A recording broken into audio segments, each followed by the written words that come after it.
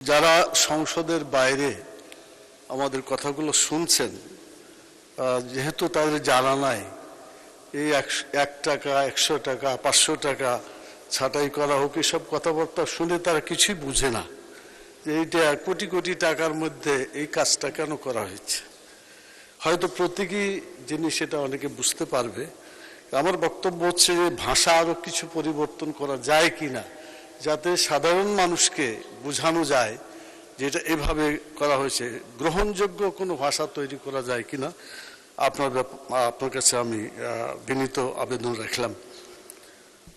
মাননীয় স্পিকার, যে সমস্ত প্রস্তাব আলোচনা হচ্ছে না, আমি বিনীত আবেদন করব আপনার কাছে, সমস্ত জাতীয় সংসদ সদস্যবৃন্দ যারা এখানে আছেন সবাই কিন্তু চান যে আমরা কোনো ভূমিকা রাখলাম কিনা।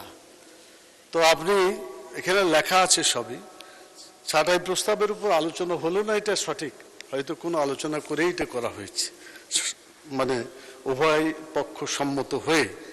কিন্তু অন্তত নামগুলো যদি পড়া হয়, মাননীয় স্পিকার, কার্যপ্রণালী বিধিতে নাম উল্লেখের ব্যাপারে একটা ধারা আছে, আর যতটুকু মনে পড়ে, যদি ধারাটা আমার এই মুহূর্তে মনে নাই, সেই জন্য যদি আপনি মেহরবানি করে যে প্রস্তাব এখানে দেওয়া হচ্ছে ছাঁটাই প্রস্তাব, যারা যারা ছাঁটাই প্রস্তাব দিয়েছে তাদের নামগুলো আপনি যদি পড়েন, সবাই যদি একটু যায়ও, তবে সেই সমস্ত মাননীয় সংসদ সদস্যদের এলাকার জনগণ বুঝবে যে আমার এলাকার এমপি কথা বলতে পেরেছে আর কথা বলার চেষ্টা করেছেন।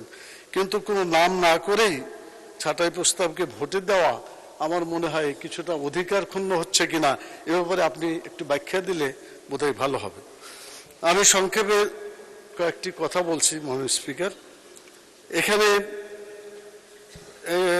মানে মাথাভারী প্রশাসনের কারণে বিভিন্ন খাতগুলো মানে সত্যিকারভাবে টাকা কাজে লাগে না। অনেকে বলেছেন যে 100 টাকার মধ্যে 60 টাকাই চুরি হয়ে যায়, 40 টাকা হয়তো কাজে লাগে। অনেকে বলেছেন এই কথাগুলো। 91 অনুচ্ছেদে যেটা বলা হয়েছে সম্পূরক বাজেটের ব্যাপারে, আমরা কথা বলার যে অধিকারটুকু আছে, আমার মনে হচ্ছে যে অধিকার আমরা পাচ্ছি না। আলোচনার মাধ্যমে যেটা করেছেন সেটা ঠিক আছে, তবে কিভাবে বেশিরভাগ সদস্যকে কথা বলার সুযোগ দেওয়া যায় আমি আপনাকে বিবেচনার জন্য অনুরোধ করব।